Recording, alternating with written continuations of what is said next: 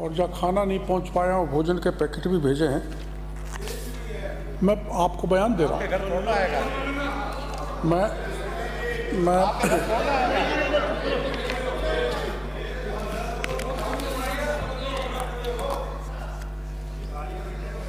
अपने यहाँ राजस्थान में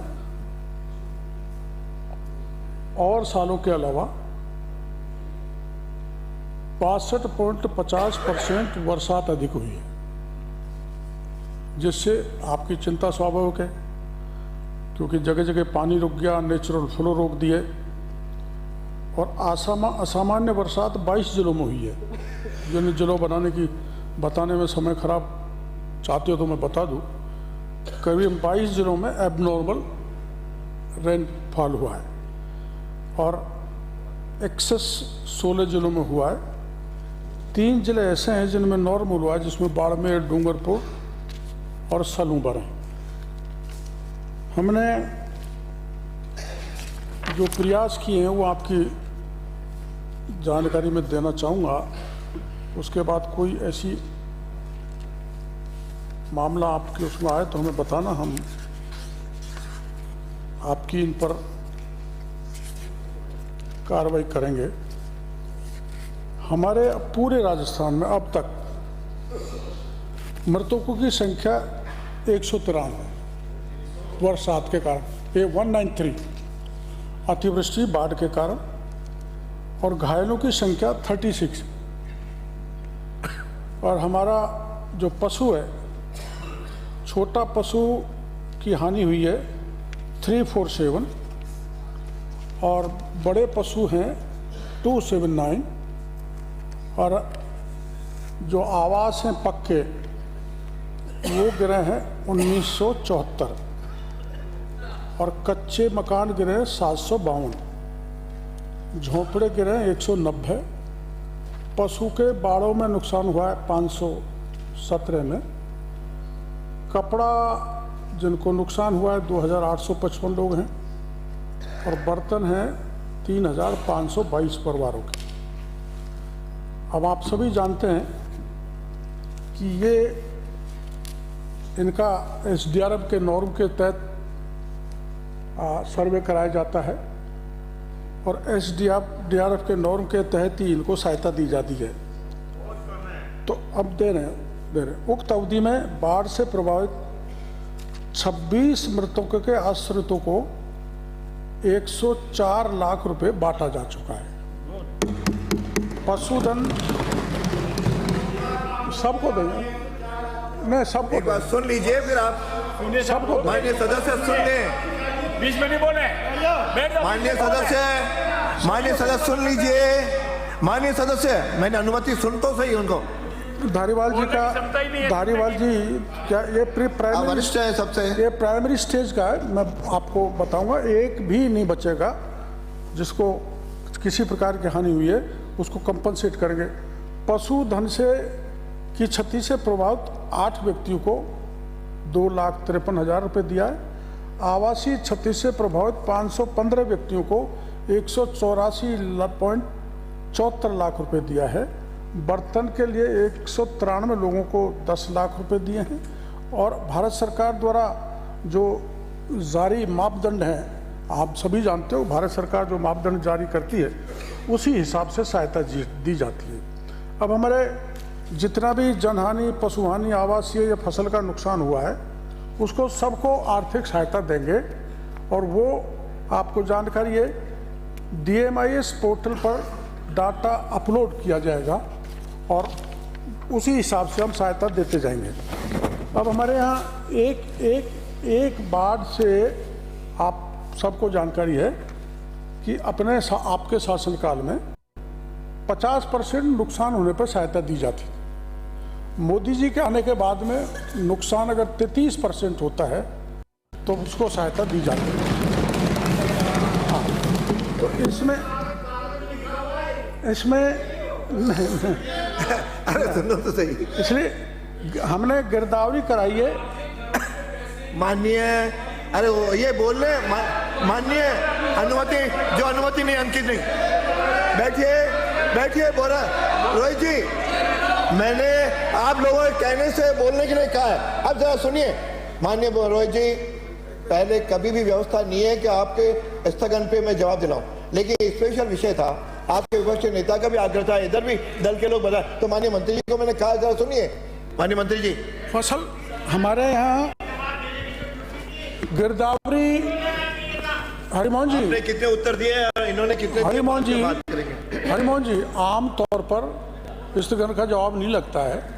एक बार मेरे को सुन लें, फिर आपको ऐसा लगता है कि आपको कुछ जोड़ना है तो उस पर भी हम कार्रवाई कराएंगे। तो ये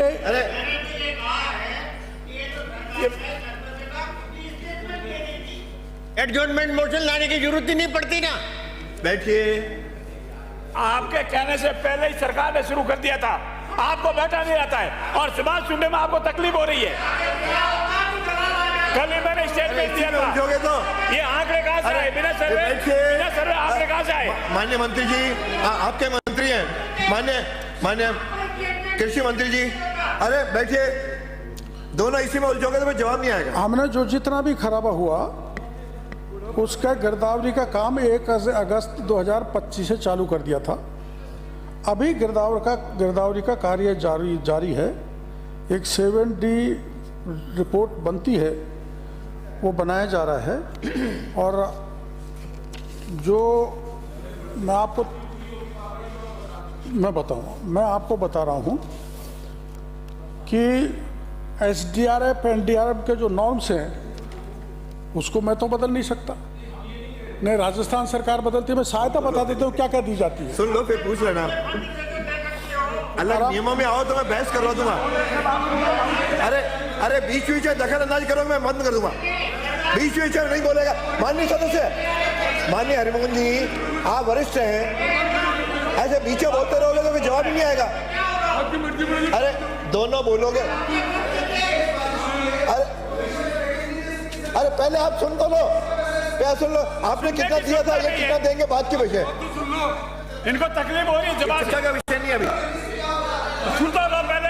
अरे कभी कभी तो आते हो, डिस्टर्ब कर रहे हो। माननीय सदस्य, कभी कभी तो आते हो और आते ही डिस्टर्ब करते हो। बैठो, यही काम है इनका। अरे आप आज तो आए हो, ये तुम्हारा काम नहीं है। अब आज तो आए हो और आते बैठिए।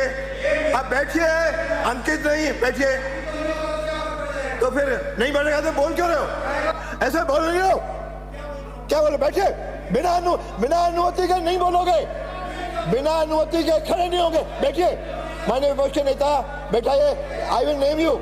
अध्यक्ष जी, संसदीय मंत्री हमारे लोगों को जानबूझ के प्रोवोक करते हैं, हमारे लोगों को जानबूझ के प्रोवोक कर रहे हैं। आपको पता है सरकार के पास विशेष कोई पैकेज नहीं है किसानों के लिए, इसलिए सरकार यहाँ पे बात करने से बचना चाहती है। आपने जो जवाब दिया है ऊंट के मुंह में जीरा है, ऊंट के मुंह में जीरा है।